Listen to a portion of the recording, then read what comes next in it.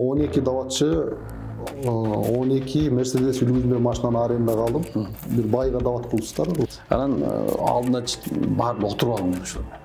Узун көйнөк, башымда теме, селде чалынып алгам. Анан имамдарга уруксат да билесиз да. Казакстанда коңшу өлкөлөрдө азыр дават жок. Бизде азыр сакталып келе жатат. Бул башкы себептери эмнеден деп ойлойсуз? Кандай деле бир жерин кесилип кетсе, ошо жер бүтүп салам аракет кылат го. Кесилип кете турган болсо.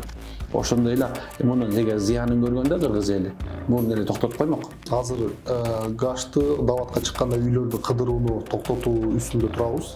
Азыр эми бул жабылганы менен башка жолдор да ачык деп ойлойм, Кудай кааласа. Сизди бир кезде көрө албагандар көп болгон экен. Ушул боюнча бир пикир билдире аласызбы? Көрө албагандар бул мусулмандарбы же бөлек дин өкүлдөрү? Өмүр бою эле молдоке деп жүргөн бөлөгөлө ташты бир нерсе айта турган болсо адамдын жүрөгү жанып кетти деп өткөн.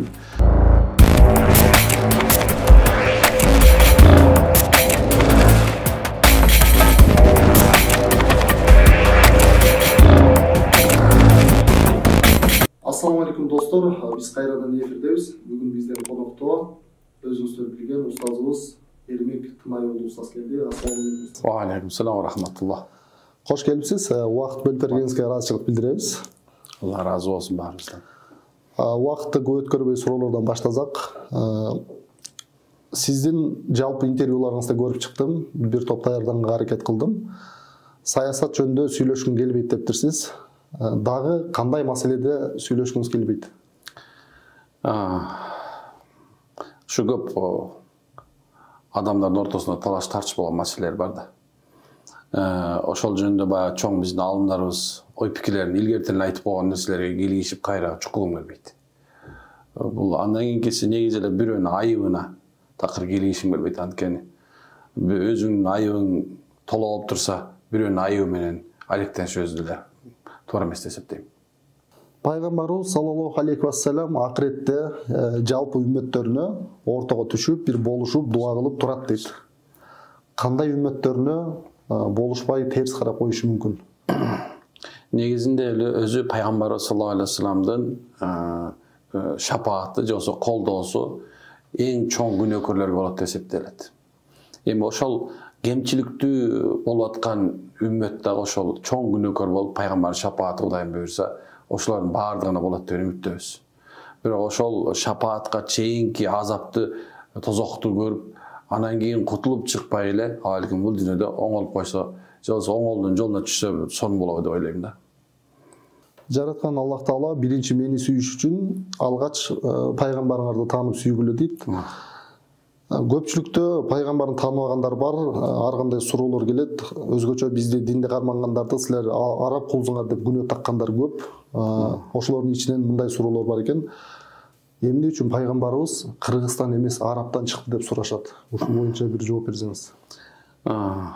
Негизинде өзү пайгамбарлар көптөгөн пайгамбарлар келген. Ошо пайгамбарлардын эсебин жөнүндө аалымдар ортосунда мындай талаш деле эмес, бирок бул деле шариятты буза турган нерсе эмес, бирок пайгамбарлар ар кай элдерден болгондугу жөнүндө айтылат. Же болбосо Алла Таала бир дагы элге өзүнүн пайгамбары жок, жөнөткөн жокпуз дейт. Же болбосо Алла Таала бардык элге өзүнүн бир ак жолун, туура жолун түшүндүргөн пайгамбарлар келген экен. Бирок Алланын кудурети ушул экен, акыркы пайгамбарыбыз Алла Таала араб элинен кылып койгон экен. Бирок бул да болсо бир Алланын бир хикматы, аалымдар көптөгөн нерсени айтат бул жагынан. Бирок жакшылап да түшүнө турган болсок, бул арабка эле келген эмес. Анткени пайгамбарыбыз үчүн Алла Таала рахматул лил аламин, же болбосо ааламдын рахматы үчүн, жакшылыгы үчүн, мээрими үчүн келгендиги жөнүндө айтат. Ошон үчүн кимде ким ошол бир гана арабка келипти десе анда адашат. Кээ бир элдер бар, мисалы бул пайгамбар бизге гана келген, бул китеп бизге гана түшкөн, калганыңарды биз каалабайбыз дегендей эл бар, азыр заманда билесиз. Анан бирок жакшылап түшүнүш керек, пайгамбарыбыз саллаллаху алейхи вассаламдын өкүнгө берилген китеп Куран, анын сүннөтү бүткүл адамзат үчүн. Ал эми кээ бир тайкы түшүнүктө болгон адамдар бул арабтан, бул кыргыз эмес, же болбосо өзбек эмес, же тажик эмес деп. Биздин эле кыргыз элде эмес экен, ойлоп көрсөмчү. Түрктөрдө да бар экен, эмне үчүн түрк болгон эмес, эмне үчүн тажик эмес, тажиктер айтат экен, эмне үчүн өзбек эмес, өзбектер айтканы бар экен. Ошол себептен субханалла, Алланын бир эле сөзү рахматул аламин, ааламдын рахматы дегенге жеткиликтүү деп эсептейм да, ончо. Араб кул дегендер азыр көбөйүп кетти. Субханалла, биз Кудай кулубуз. Чын айтып келгенде, биз Алланын кулубуз. Ал эми арабка кул болгон эч ким жок. Азыр эле мисалда айта турган болсок, көпчүлүктөрү кандай кыргыз кул болобу? Мына айткан болсочу, мисалы баардыгы ошо араб кулдары деп аткандарга мен бир сонун нерсе айтат элем да. Кыргыздын каада салты, үрп адатынан исламга тиешеси жогун таап берсин мага. Аны ошондо мен айтайын. Ошол мен кыргызмын деп, мен кыргыз, мен салт деп күйүп аткан баардыгы бизге келсин. Мисалы алсачы айталы, кайсы нерсе кайсы жерден алынган. Эмне деген философия бар экенин. Кайсы мына тамыры бар эле ошол өзлөрү айткан арабка келет, пайгамбарга келет. Ошол жана араб кул деп аткандар өзүлөрү кичине анча-мынча кээ бир нерсени субханалла түшүнүп түшүнбөй аңдабай сүйлөй берет деп ойлойм да. Пайгамбарыбыз үммөттөрүм 73-кө бөлүнөт. Ошонун 72 бөлүгү туура эмес, 1 бөлүгү туура жолдо болот деп айтып кеткен экен. Азыркы убакта кимдер 72-ге кирет, кимдер туура 1 бөлүгүнө кирет деп мындай айта аласыз? Эми бул пайгамбар саллаллаху алейхи вассаламдын айткан хадисине келе турган болсок, мурунку пайгамбарлардын дагы ээрчүүчүлөр аркасынан бөлүнгөн экен. Ошондой эле акыр заман пайгамбары же болбосо акыркы хатемил амбия пайгамбарыбыз Мухаммад алейхи акыркы мөөр да пайгамбарлардын. Ошол менин үммөтүм 73-кө бөлүнөт. Ошонун бирөөсү бейиштик, калгандары болсо ошо тозок болот деген сөздө, таризде түшүндүрүп бизди мындай ахли сүннат вал жамаат деп коебуз. Пайгамбар саллаллаху алейхи вассаламдын сүннөтүн кармаган, туура жолдо жүргөн жамаатты мындай айгинелеп, ашкерлеп бирөө эле болот деп айтып койгон да. Азыркы мезгилде, мисалы, дүйнө жүзүндө бул ушу 73-кө бөлүнөт деп айта албай калдык.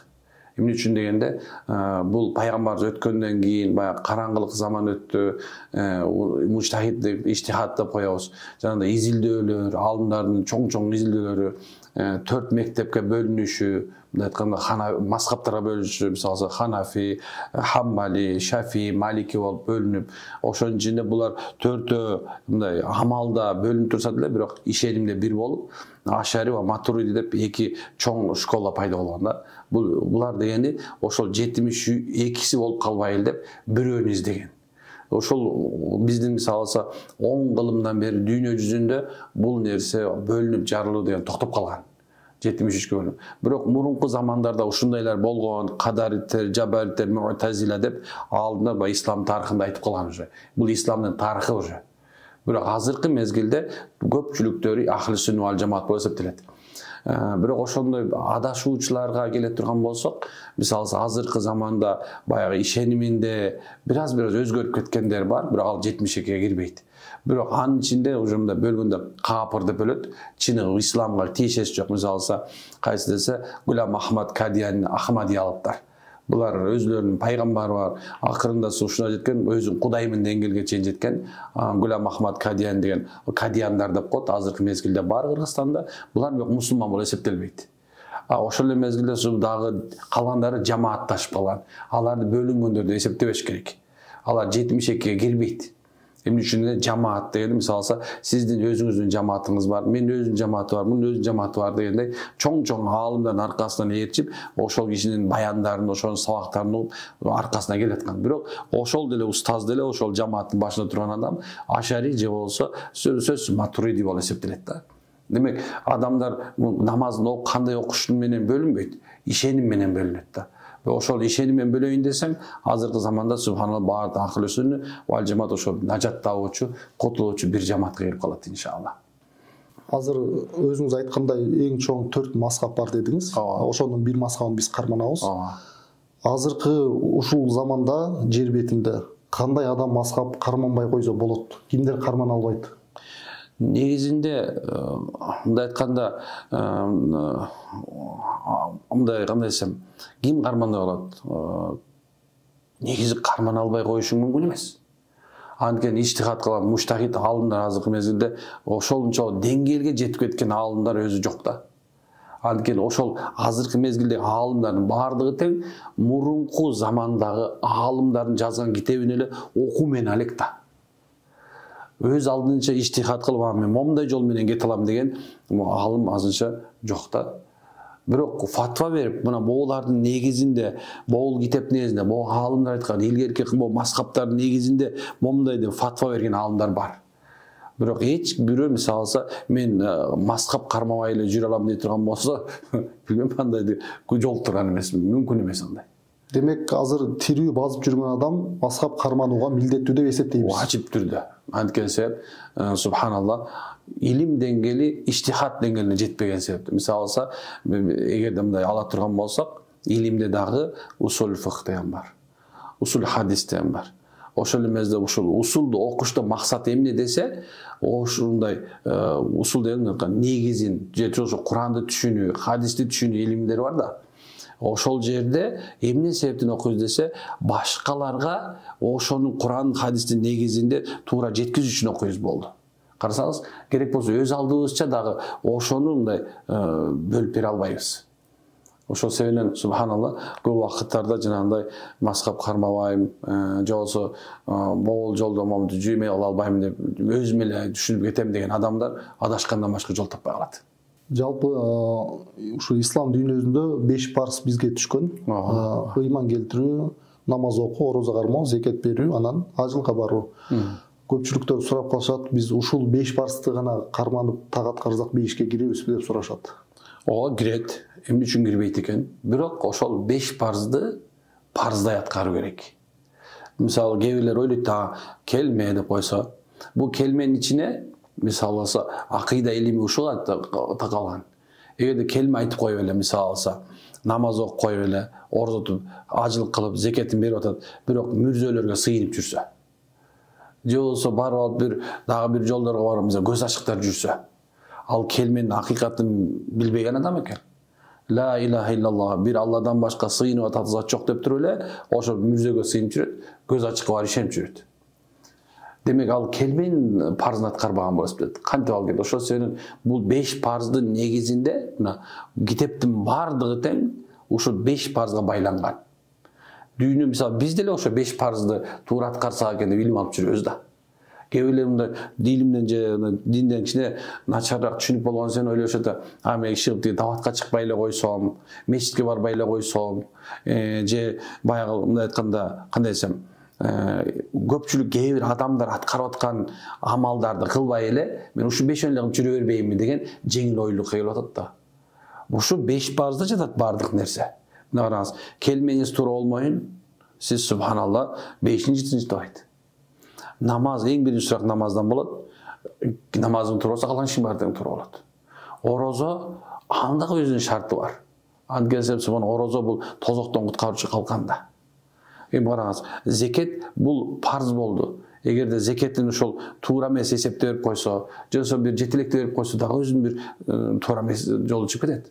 Ошол ажылык маселеси. Мына бүгүн бай болдуң, ажылык парз болду. Бир жыл өткөзүп кете турган болсоң, дагы күнөөкөр болосуң. Канча адамдар бай, бирок намаз окуйт, орозо тутат, эме алат, зекет берип, бирок тең ажылык кылбай жүргөндөр бар. Кийин эле жетишип калган. Ал ортосундагы нерсе жылдар кандай болуп эсеп болот. Ошол мындай 5 эле парзды деп мындай 5 эле деп мындай жеңил кылбаш керек муну. Бул өтө чоң маселе буякта. Сиз менен чогуу даватка чыккан таксырлардын бирөө менен мен жолугуп калдым. Бир окуяны айтып берди эле, ошону өзүңүздөн сурайын деп турам. 12 даватчы 12 Мерседес үлгүсүндөгү машинаны арендага алып, бир байга дават кылышсыздар. Ушул окуя эсиңизде болсо эгер, айтып берүүгө мүмкүнчүлүк барбы? Ушуну ушу негизи унутуп деле каласың көп нерсе, бирок мен өзүм эсимде калган көп башка нерселерди айтып берсем болобу? Болот, өзүңүз каласыз. Жооп берип өзүңүз да болот. Ооба. Бир эми даватта кереметтер көп десеңиз да. Өзү өмүрүбүз дават менен эле өтүп баратат деген ойда.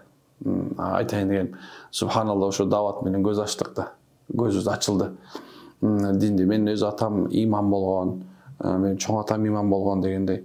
Бирок ошондой болгондо деле баягы ар нерсенин тамактын даамы, ар нерсе менен ар кай жактан даам бөлөк болот эмеспи? Ошондой эле диндин да даамын бул мен ошо даватка чыгып сездим да.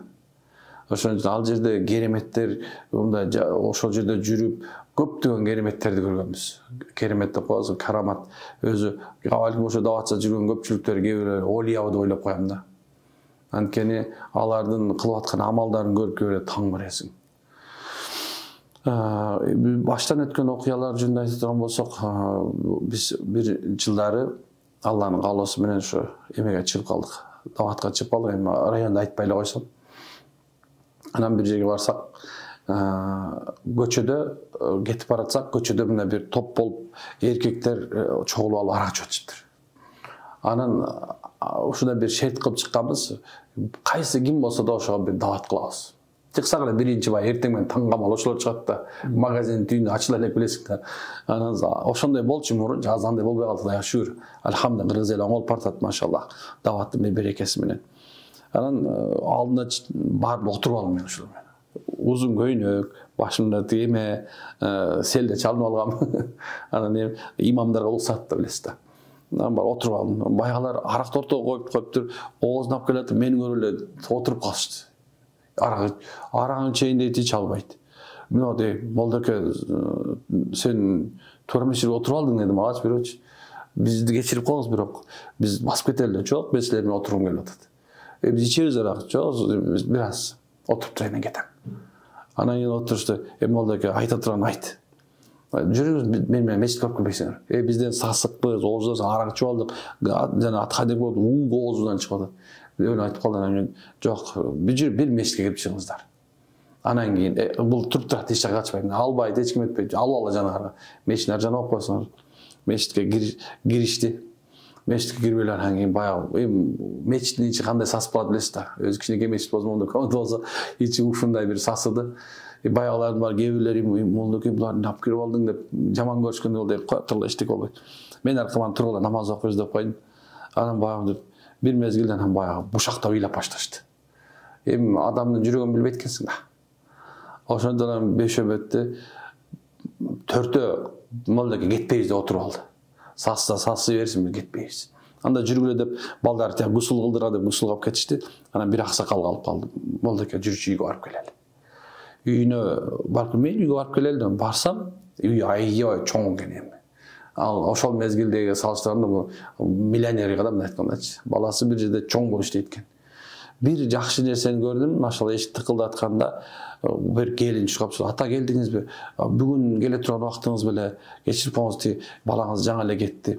Жүрүңүз деп эле киргизип кетти. Үйүнө барып эле баягы бир мезде карасам, баягы аксакал жуунган, таранган, үстүнө кийим кийген, алдына тамак алып келип койду, баягы келин, үпелдеген келин экен. Аллаху акбар, Алланын каалоосу ушундай болду. Субханалла, таң калып отурам, эмне болуп атат түшүнбөйм да. Алкаш, бомж. Бирок ушундай үй. Баягы илип калды. Аны ыйлады. Молдоке, мен балам ушундай. Мен ушу арактын айынан балам мен эме болуп уят кылып, элге уят кылып бүтмөй болдум. Эмне кыларын билбейм. Ушундай мен балам менен жараштырып бер деди. Анан канча жараштырам? Келин тызылып атат, атасы балаңыз келип калат депчи. Бирок келини ушундай кылат экен, жумасына бир келет экен, зыңкыта жуунтуп кайнатасын, кийимин кийгизип коюп койт экен. Анан сонун кылып кайра акча чөндөрүн салып туруп чыгарып койт экен. Үйүнө кирсе баласы эме болот экен, жаман көрөт экен. Бир анын дегенче эле бир чоң бир жип кирип келди, анан кийин субханалла, ал мезде андай тынк басып койсо ачылган воротан биринчи жолу көрөсүң да. Андай көрбөгөн жаны. Ошол замандачы. Анан кийин кирип келди, анан барса, дагы келдиң менен тигиндей мындай. Анан ассаламу алейкум десем, сен кимсиң? Шелпей алган карасаң деп мен уруш баштадым бая. Эмне башыңда сел эле эмне? Акырында ачым келип кетти. Эмне мындай атасыз? Сиз эмне керек? Эмне болуп кетти анчалык? Мен эмне башка эмне качкырып атам сага? Бул атаң экен, бул баласы экенсиң. Атага десем эле баягы бала эмне дээрин билбей отуруп калды. Бир катуу сөздөрдү айтып таштадым дагычы. Анан кийин айттым, мен алыстан келген молдомун. Мен ушу жердемин. Анан кийин ушу жерде даватка келдик. Атаңыз мынакей сөз берип келди. Бизге бир ачууңуз берип, атаңыз менен жарашыңыз. Мен атаңыз менен 3 күн даватка алып кетем. Анан кийин иншалла 3 күндөн кайра мен өзүм алып келип коем. Десем, ошо чала оңолсам да, субханалла, ушундай эме алып койду, катып. Мен болду деди. Анан 3 күн даватка биз менен баягы аксакалды алып кеттик. Анан келдик. Келип үйүнө апарып койдук. Биз 40 күндө болчубуз да. Bir neçe vakt ötkөндөн кийин, bir 3-4 мешит ötkөндөн баягы карасак мешиттин жанында баягы машина турат. Карасам аксакал күлүп жайнап, машина кандайсыздар, ушундай баягы бала ушундай сүйүнүп алыптыр. болду, кечирип койгула, мен атаман да кечирим сурадым. Ошо нерсе, ошо атам ошондо жана арагын койду, ушундай нерсе болду деп тамагын баарын көтүрүп алып келиптир. Анан ошондо мындай бир жүрөктө ошол кошумда айткан бир 20 жыл мурун болгон окуя да. Жүрөгүмдө мындай нерсе ошол нерсе калып калды да. Адамдарга ушундук десем даваттын бир пайдасы, бир үй бүлөнү кошулду. Бир адам да хидаятка келди. Такырбай ишенбейм деген баласы келди. Анан мен да даватка чыкмакмын деп ошол эмеде ошо дагы даватка чыгып кетти. Мен ошол кишини билем, азыр деле бар. Ошо баласы да бар. Намазын окуган, такыба, өтө сонун болгон. Ажылыкка 2 жолу барып келишти. Бул жашоодогу мындай бир даваттагы жүргөндөгүн пайдасынын бир көрүнүшү да. Мындайлар аябай көп. Мен үчүн мисалы алса бир мындай окуялар көп. Мисалы алса эмеде Тоңдо даватта жүргөнүбүздө бир 40 күндүк жамаат жаш балдар чыгып, анан жолдо баягы кыдыруу менен келет го, гашты азыр жабылып атпайбы, Кудай сактасын, эмне кылабыз эми. Сүннөт, чоң сүннөт эле, бирок Алланын каалоосу экен, мындай бир жабылып калды. Муну деле биз өз карашыбыз терс болсо деле эмне кылат экенбиз, эми ушундай закон менен эметилип бөгөт салынып калды. Бирок ошондо бул бир пайдасын айтып берейин. Көчөдө кетип баратышып, кыдырып баратканда бир аял кыйкырып алдынан чыгыптыр. Балдар, мен балам, кызым, кыз кичинекей кыз эмеге лотокко түшүп кетти. Жолдун биягына суу агат экен да, бияк жагында мындай эме бар. Кандай жанагы решетка. Суу биягынан өтүп туруп, жолдун ар жагына көлгө түшөт экен. Анан ошондо Амир Сабыл ошол жердеги бала ойлонбоштон сууну өзү секирген да. Эми агып аткан шар суу баягы көптөлүп калган. Кийин бир мезгилде баягы кызды көтөрүп туруп бер жака чыгарган да. Таң калыштуу нерсеси, ал жерден кайра чыгыш мүмкүн эмес. Бирок кирип туруп, анан кийин баягы бала айтат, ошо Амир Сабыл айтат, киргенден кийин дейт, кызга жеттим, карасам кыз күлүп атыптыр дейт.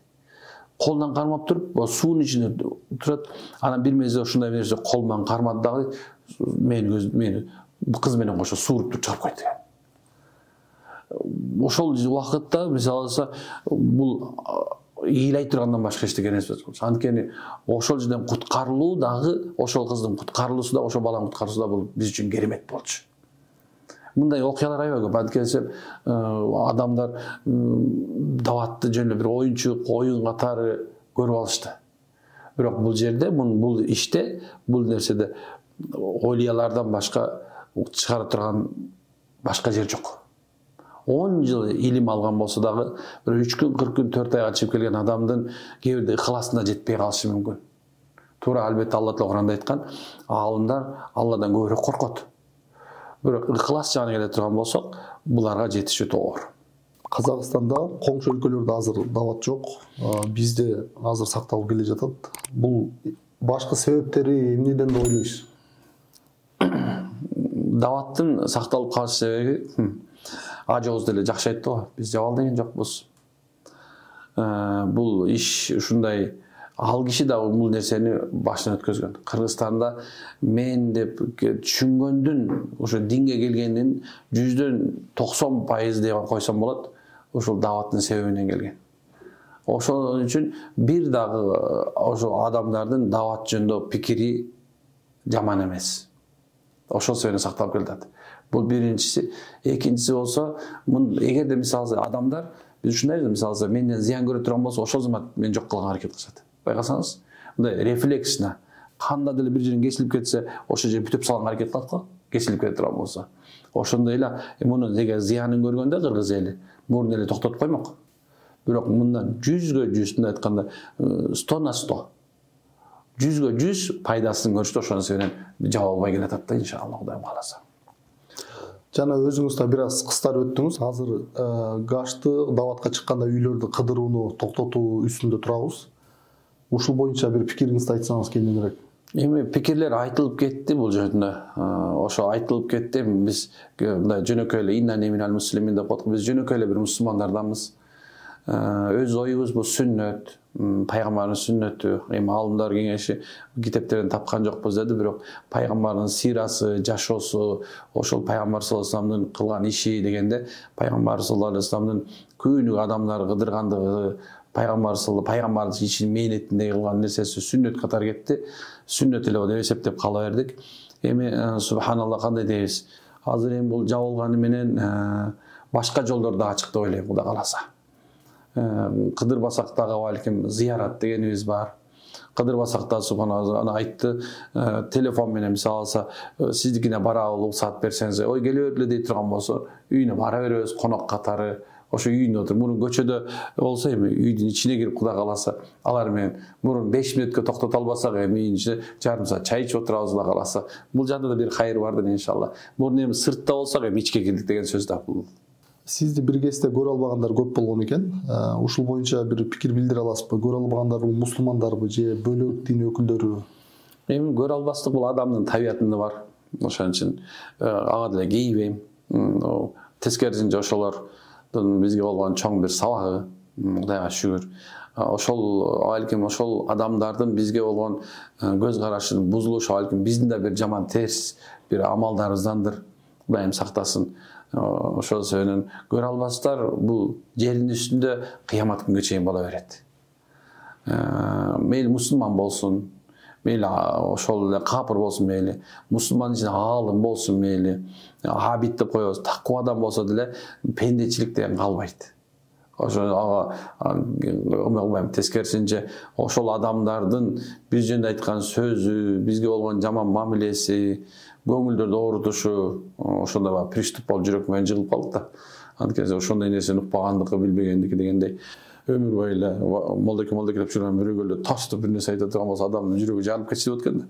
Бирок ошол бышырды тескерисинче.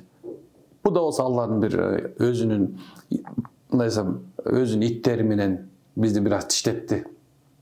Биз буга ыраазыбыз Аллахка. Анткени ошол бизди күчтөндүрдү, шыктандырды, дагы болсо үммөткө кызмат кылышка мүмкүнчүлүк берди иншалла. Аллага миң мирте шүгүр. Жакында президентибиз ошо динге тиешелүү мыйзамды талкуулаганда бир 3-4 жолу 10го жакын жыйын өткөрдү. Ошолордун биринде аалымдар кеңешинде күчтүү аалымдар жок экен деп таң калганын биз көрдүк. Анын ичинде аалымдар жок дегендердин катарында сиз, Садыбакас устасы, Максат ажы, Бактияр устастар жок экен. Эмнеге сиздер аалымдар кеңешинде жоксуздар? Бунун себептери эмнеде? Эми аалым жок деш үчүн өзү аалым болуш керек негизиндечи. Ошол эми биздин көз карашта ошол 21 адам аалым. Ошол аалым дегенде кандай десек, ошо аалымды кеңешине өзүлөрүнүн талапкерлигин коюп атканда бир нече критерийлер алынган. Ошо критерийдин негизинде алар аалым болуп табылып, уламалар кеңешине мүчө болуп киришкен. Субханалла, балким бул жөнүндө да жалгы башкачараак кабар берип койгон да, бирок менин көз карашымда ошол 21 аалым. Бул бир. Экинчиси болсо, биз өзү негизи эле мындай кандай десем, ушул кандай десем, аалымдар кеңеши, муфтият жагына келгенде өзүбүз кичине алысыраакпыз. Анткени өзүбүз мындай бир башка вазифаны моюнга алып алгандаймын мен. Башка вазифа дегенибиз, субханалла, бизди билет болсоңуз керек, көп убакта адамдардын ден соолугу менен алекмин. Ошол себептен ушуга көбүрөөк көңүл бурабыз. Аны рахмат, ушу баягы кандай десем, ушунча деңгээлге көтөрүп, ушу аалымдар кеңешине турса деген ой пикирлер айтып койгондордун да кээ бирде. Эми Алла Таала сүйлөттү, Алла Таала көргөздү. Эми биз өзүбүздү негизи аалым деп эсептебегенге аракет кылабыз. Биз өмүр бою эле илим талап кылып өтүүчүлөрдүн катарындабыз, субханалла. Устаздар айткандай, бул адеп дейт, бул илимдин жарымы деген. Бул бир. Экинчиси болсо, субханалла, имандын жарымы бул тазалык деген. Ошол себептен бул жагына келгенде ушу эки нерсе, адеп менен тазалык бул өзгөчө орун элейт. Устаздар тарикат же болсо мындай айтканда Кудай Тааланы көбүрөөк таануу жагына келгенде ушул жерлерде көп айтылат. Адамдарды башкаруучу, адамдардын үстүндө сот болуучу болгондон тартынган жакшыраак. Сиздин видеолоруңуздун этектерин, ылдый жазылган комментарийлердин көбүн окуп чыктым. Аалымдар кеңеши эле эмес, сиздин муфтиятка да ылайыктуу деп көп адам жазыптыр. Ошол жагын ойлонуп көрдүңүзбү? Балким сизди ылайык көрүп аткан эл үчүн кызмат кыласыз деген ойдо. Муфтият маселеси Hazreti Abdülaziz Karikebиz дамылабыз. Биз ал киши менен өтө жакшы мамиледе, тыкыз мамиледе, даже доспуз, үй бүлөп катышабыз, үй бүлөп менен. Анан эми ал киши азыр ушул мезгилде өтө бир татыктуу адамдардан бири. Өзүбүздү оңдоо жолунда аректенебиз. Биз өзүбүз татыксызбыз аяка. Азыркы биз жашаган коомдо дагы бир көйгөйлүү маселелердин бири бар. Жартысы ишенет, жартысы ишенбейт. Көпчүлүк убакта биз бизнес кылганды үйрөтөбүз деп туруп, өздөрүнүн бизнеси жоктор дагы үйрөтүп жаткан учурлар кездешет. Бизнести үйрөтөм деген коучтарга көз караш кандай, ким үйрөтүш керек? Кимден үйрөнүшүбүз керек? Бир күнү Hazreti Умар базарга келип атса, бирөө баягы бир нерсесин сүйрөп алып сатам деп келаткан экен. Аны карап туруп, сен кайда бартасың? Базарга бартам. Сен соода китебин окудуңбу деген экен. Соода китебин окудуңбу десе, соодагерликтин жолун үйрөндүңбү десе, баягы адам айткан жок десе, анда соода кылбай бар кет деген, үйрөнүп келди. Дегенмен ошол соодада да өзү адал, арам деген нерсе бар. Соодада өзүнчө бир соода китебичи, бул чоң бир илим. Анан азыркы мезгилде ошол кандай десем, кооз сүйлөгөндөрдүн баардыгы тең эле адамдарды үйрөтүүчү катарына кирип алдык. Кудайым сактасын, аузубилля. Ошол себептен бизнес кылганда дагы ошо бизнести толук канды түшүнгөн, өзү мисалы алса байлыгы жок болсо дагы бирок ошол илимин окуган, финансист, жолсо ошол жерде кандай көтөрүлөт, кандай нерсе болот, ошонун закондорун туура билген адам үйрөтсө, анда ошол мугалим катары өтөт. Коучтун өзү мугалим деген сөз да. Анан азыркы мезгилде жана кыйкырып, сен кыла аласың, сага ишенебиз, сенде потенциал бар деп эле кыйкыра берсе эле, бардым деп эле ондай кандай десем, жазба деп коебуз го. Өзүнө эмне кыларын билбей, кармай билбей, соода кирип кетип банкрот болуп аткандар көп да. Кээ бирлер болсо түзмө-түз эле, мисалы баланчадан кредит ала турган болсоң, кредит алып момунду иштеп тура алсаң, буягын мынтип төлөйсүң деп, арам нерсени дагы мындай кылсаң болот, үйрөтүп атышпайбы? Ошон үчүн кээ бирлердин үйрөткөндөгүсү өзү арам. Кээ бирлер жөн эле сүйлөп жана үйрөтүп аткан өзү күнөө болуп эсептейт, Кудай сактасын. Ал эми чын-чынына келгенде мисалы казакта жана ким эле, Азирет? Казак Райым Бердиев эле ким эле? Бир казак бар го. Казак миллиардер болуп өткөнчө. Мисалы мен ошо кишинин эмесин көп угам. Карап угуп отурсам, анткени ал адам ошо динди да түшүнгөн адам, жашоосунда бүтүнө сыныпта көтөрүлгөн адам, мисалы алса, ошонукун укса мындай жакыныраак да. Мисалы айта турган болсокчу. А бирок жанакылардын өзүлөрүнүн эч кандай бизнеси жок, эч нерсеси жок эле үйрөтүп аткандар жакшы эмес өзү, туура эмес. Чыныгы коуч негизинде пайгамбар алейхиссалам. Пайгамбар Мухаммад Мустафа саллаллаху алейхи вассалам. Биз бизнести үйрөнгөндө бир туура эмес жолго, арамга кирип кетпеш үчүн бизнес коучтар мусулмандан болуп, динден кабары болушу шарт. Шарт. Бул шарт. Андайдан кабары жок адамдан биз үйрөнбөгө сактанышыбыз керек. Өтө. Бирок мен көбүнчөсү коучтарды азыр таанып бартам, алар менен отуруп сүйлөшүп калдык. Бизде Кыргызстанда 3-4 коуч менен отуруп калдым. Динди туура түшүнгөн, өзүлөрүнүн бизнесин курган, анан арам адалды түшүнгөндөр экен. Ошол мезгилде алардын илим деңгээли да ошончолук экен. Светский жагы дагы, диний жагы дагы. Анан эч бир нерсени кеңешпей кылбайт экен. Ошол себептен алардыкын дагы мен мисалы туура көрөм да. Алар бар. Ошо менен бирге психологдор бар азыр. Ошолор жөнүндө бир жазылган пикирди окудум, мен сизге сөзсүз окуп берейин. Булар башына маселе түшсө, Куран хадистен жоон издебей, өздөрүнүн психология илиминен издеп жөнөшөт. Булар жөөттөрдөн чыккан дешет. Ушул көз карашка кошуласызбы? Мен кээ бир убакыттарда мындай өзүмдүн ишимдин жөнүндө айта турган болсом, көп адамдар менен сүйлөшүп пикирлешип отурам да. Анан көптөгөн аялдардын ошо психологторго барып, үй бүлөсүн тыштап кетип аткандарын көрүп атам. 5 баласы менен, жаңы эле үйлөнгөндөр, дагы бир мындай 5-6 жыл жашаган, 20 жыл жашаган аялдар жок. Силер бизге биологически эле керек экенсиңер. Көрсөм мен өзүм деле бир нерсе ала турам, мен сага муктаж эмес экенмин деп ошол психологтордун үйрөткөн нерсеси менен кирип кетип аткандары болуп атат. Туура кээ бир чыныгы дарыгерлик кылгандар бар. Алар мисалы окуган, эме кылган.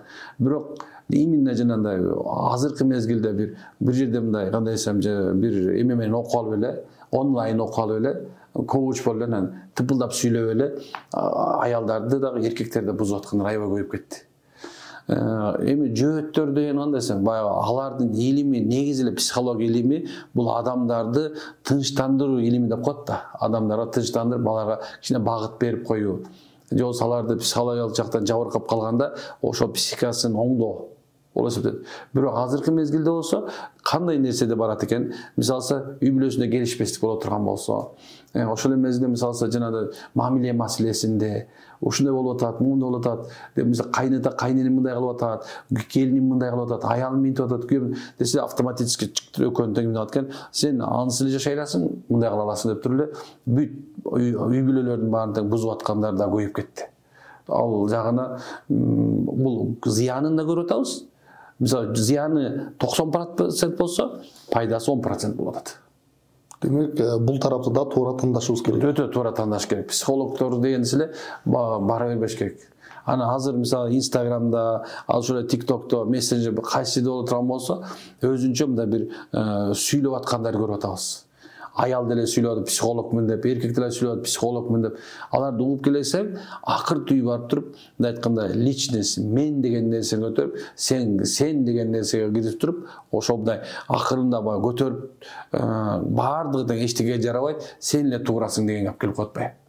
Аны угуп да көрдүм мен. Анткенсе баягы караңгы болбойм булар жөнүндө. Алар эме деп сүйлөп атат. Кээ бирлердин сааттаган эмелерин угуп көрдүм да. Мындай айтканда меники оңой да. Анткенсе чоң кемден Бишкекке, Бишкектен чоң кемге машина менен жүрөм да. Коюп коем. Угуп кете бересиң эмне деген. Көпчүлүгүндө 80% сөзү эгоны пайда кылат, мен деген нерсени. Биз өмүр бою ошо мен деген нерсени жоготолу деп атсак, тиги пайдалуу кылат да, мындай айткандачы. Дайым сактасын. Азыр дүйнөлүк кырдаалдарга байланыштуу бойкот жарыяланып жатат деп көпчүлүккө жар салып жатышат. Азыркы жарыяланган бойкот канчалык туура? Негизи бойкот кандай жарыяланыш керек? Ушуну биз кандай колдонушубуз керек? Бойкот сөзү өзү мындай айтканда пайгамбардын заманында, мисалы пайгамбардын заманын ала турган болсок, пайгамбар саллаллаху алейхи вассаламга Курайш эли пайгамбарды өзүнчө бөлүп туруп, мусулмандарды аларга некен тамак аш киргизбей, жок кылып өлтүрөбүз дешкен. Андан кийинкиси мисалы мурунку эле мезгилде мисалы булар менен соода сатык кылбайбыз деген мындай өзүнчө жоболор жазышып туруп, булар менен соода сатык кылбайбыз деп эмнекен бири-бирине бойкот жарыялап турган. Бул бойкоттор негизи эле болуп кеткен, азыр аты санкция болуп атпайбы? Мисалы санкция. Азыр мисалы Орусияга санкция болуп атат, башка элге санкция, Корея элине санкция деп, бул бойкот деген сөз ал. Бирок эми азыркы мезгилдеги мусулмандарга мындай жанакынчалык деңгээлде зулумчулук кылып аткан чоң бир держава, чоң бир мамлекеттин ошолордон чыгарган продукцияларга бойкот деп коюп аткандагысы жалпылай түрдө ыймандуу адамдарга туура эле. Анткени ошолорду колдонбой коюу, ошолорду ичпей коюу, жебей коюу бул туура эле нерсе. Ошол эле мезгилде субханалла, мисалы алдыңа бирөө алып келип коюп койду. Же болбосо билбейт. Эми ошол жок, бул кола, бул фанта, бул пепси мен үчүн арам деп айта албайсың да. Эмне үчүн дегенде субханалла, сиз ошол продукцияны алуу менен өзүңүз жанагындай жардам берип атам деген ой болушу мүмкүн. Бирок бирөө алып келип кое турган болсо, уже бул мен үчүн арам деп айта албай каласыз. Адал эле нерсени арам кыла албай коесуз. Азыркы кылынып аткан бойкоттордун көпчүлүктөрү мындай адамгерчилик жагынан туура деп эсептейм. Адамгерчилик. Жанакынча адамдар өлүп атат. Ошол нерсеге, ошолорго биз жардам берип аткандайбыз депчи. Анан эми бойкоттун өзүнүн илими бар. Анда бир иншалла убакыт көп кетип калат, аз түшүндүрүш үчүнчү. Дегеним ошол адамгерчилик үчүн, ошол мусулмандарга аткан зыян үчүн аз мен баарын чакырмакмын. Ошол кайсы нерсе ошолорго тиешелүү болгон болсо, ошону колдонбой, ичпей жебей коелук. Акыркы убактарда салафиттер деген сөз көп айтылып келе жатат. Ушул салафиттер деген сөздү сиз кандай сүрөттөйсүз? Булар кимдер? Биздин мазхабтан эң чоң айырмалары кайсылар? Салаф салихин деген бул пайгамбарыбыздан кийинки доорлорго чыккан адамдар. Пайгамбар 3 доор жөнүндө айткан. Өзүнүн доорун андай сахабалар табайын деп коебуз. Мына сахабалары табайындер деп коет. Мына айтканда сахабаларды көргөндөр. Мына ушу 3 доор эң мыкты доор. Мына ошол салаф салихиндердин доору. Алдыңкылардын, тазалардын, диндин туткандардын доору. Бул адамдар муштахид мутлак деп коет. Имам Азам, Имам Шафи, Имам Ахмад, Имам Хамбал мисалы, ошолордун баары имамдар ошол заманда чыккан. Ошол замандагы мындай айткан муштахид мутлак деп коет. Мындай айткан негизги мындай салафтар. Мына бул доордогу салафтар менен бул доордогу салафтын айырмасы асман менен жердей. Имам Азам рахмат алейхи жөнүндө Имам Шафиден сураганда ушул айткан экен. Имам Азам төбө болсо, мен андан чыккан тезекмин деген. Эми айырмасын мен айтып койдум. Бул доордогу эл чынныгы салафтар, азыр мен салафмын деп аткандар, бул аларга кайнаса гана кошулбайт. Эмне үчүн десе, булардын илим деңгээли ушунча болгон, ушул мезгилге чейин адамдар окуп бете албай атат. Миллиарддан китептер жазып салган булар. Бул жерде субханалла 2 китеп көтөрүп алып орусча. Анан кийин мен салафмын десе, анда субханалла булар мындай айтканда билбейм ким экен. Ошон үчүн көбүнө кайрылаттам субхан алтындарым. Ошо салаф салихиндер бул мазхаб кармагандар, салаф салихиндердин жолунда жүргөндөр, чыныгы салафтар, чыныгы субханалла мындай айткан салихтер ээрчигендер болуп эсептелет. Азыркы салафмын дегендердин бизден эң чоң айырмасын эмне кантип билебиз? Эми бул жагына келгенде азыр бул талаш тартышмасы болуп кетиши мүмкүн. Бул бир, экинчиси айтайын деген нерсем, азыркы салафтар, салафмын деп аткандар, мисалы бул мазхаб кармагандар менен айырмасы асман менен жердей эле.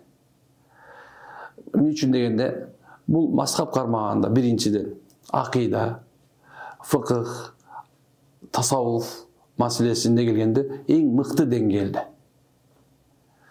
Бул жерде келгенде акыйдадан дагы бир аз адашу бар, фыкыхтан да адашу бар, тасаввуфту кабыл кылбайт.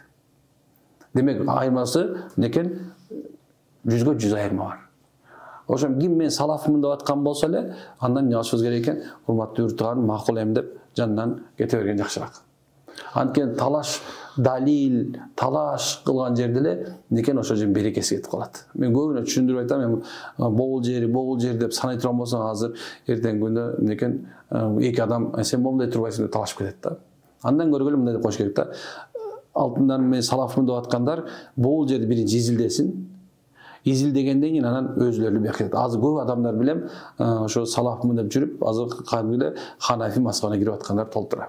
Устаз, акыркы суроолордун бири болсун. Азыр көчөдө, интернетте жалпы эле бир муктаж жандар кайры сурагандар өтө көп. Биз көчөдөн, базардан бара жатып же алдыбыздан чыгып жолукса, көрүп туруп жардам бербей өтүп кетсек, акыретте биз жоопко тартылбайбыз, сурак болобу ушул жөнүндө? Эми пайгамбар саллаллаху алейхи вассалам ким суроонун жанагындай пайгамбардын бир эмеси азыр. Ким дейт, тилемчиликтин жолун ачкан болсо, ал кедейчиликтин жолун ачыптыр дейт. Ошон үчүн мен дайыма айтам, кимге берели деген айтам, ошо сураганга бере бергиле. 10 сом, 1 сом берип кое бергиле. Ал уже ал бүттү эч качан байыбайт. Жанакында жалгандан мисалы коробкаларды коюп, бул ооруп атат, бул шишип кетти деп жүргөндөрдү көрүп атам. Кээ бирлери уже мурун эле чогултуп бүткөндүгүн азыр айтып атышат. Кээ бирлери коляскада отурат, колуна бир нерсе акчасы өтүп болсо коляскадан чуркап туруп кетип атканын көрүп атабыз. Кээ бирлери жалгандан эле бут салып алгандар бар экен. Эми чыныгы муктаждарды издеп бергенге аракет кылыш керек. Мен айтам, көбүнчөсүн айтам, мечиттер азыр Кыргызстан Кудай ушул Бишкекте дагы мисалы 400дөн ашкан мечит бар, мен билгенден. Эгер адашып кетпесем. Ошол мечиттердин алдында садак эштер ошого салып койгола болду. Ал эми жанакылар бербей койсок, күнөөкөр болобуз болбой элсек, негизи мен болбойбуз деп эсептейм.